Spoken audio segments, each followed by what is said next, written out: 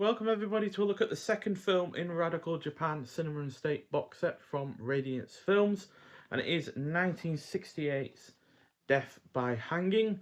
So this is a dark comedy drama. It clocks in at 118 minutes long. Stars Kai Saito, who is also in Harakiri and Zatuchi's Vengeance.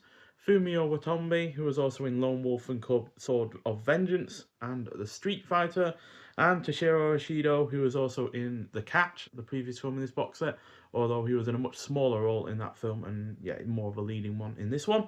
So a Korean man is sentenced to death in Japan, but somehow survives the execution, sending the authorities into a panic about what to do next. So now I'm not for one moment going to claim that I fully understood this in terms of some of its themes, and definitely with the more heady final act, because it does get quite wordy and quite philosophical, I guess you could say, towards the end. But it was nonetheless a film that was highly engrossing throughout, and its themes regarding capital punishment, racism, and the relationship between the individual and the state were posing thought-provoking questions throughout that are also well realised within the structure of the more theatrical execution of the plot. As because it is set in a primarily singular setting of a death chamber, it is more of a theatrical kind of film in a lot of ways. It rarely goes outside, to be honest. And it really is superb at using that primarily singular setting, as due to the production and the general cinematography and the editing, which is all on point. The cast is also great. The dark humor works, and it is also well paced. So definitely prefer this to The Catch, to be honest. Not that it doesn't have some of the issues of that film, in particular the fact that there's few and far between in terms of likable characters, but the plot is far more engaging. The themes are more well realised, and it's more daring with its dark humour and using primarily one singular setting. So gets a 4 out of 5. So we've gone up half a star over The Catch, which is a good sign that this box set might well have more to give than the first film did. So there it is on its own single disc. So in terms of extras that are included on the disc, we have a high definition, a new 4K restoration of the film.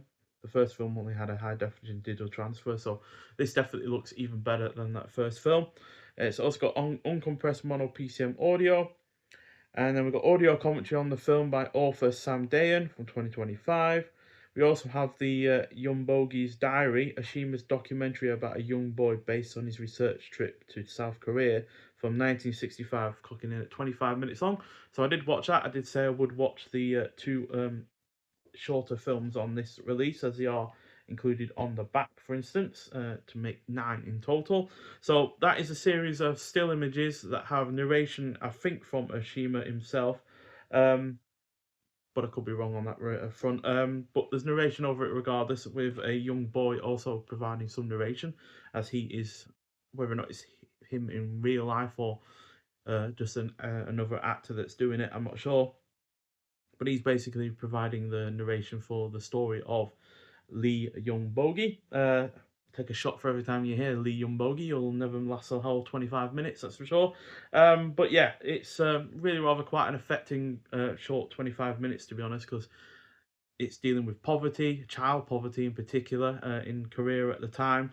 And the effects that has, the lengths that these young children having to go through, some as young as 5 or 6, selling gum, shoe shining, selling newspapers, singing in public to get any kind of money that they can to help feed themselves because they are starving constantly.